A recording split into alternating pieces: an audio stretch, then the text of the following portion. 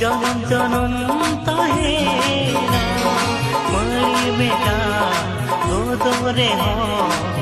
आम सावरी तहेना आमा इना दुला सदा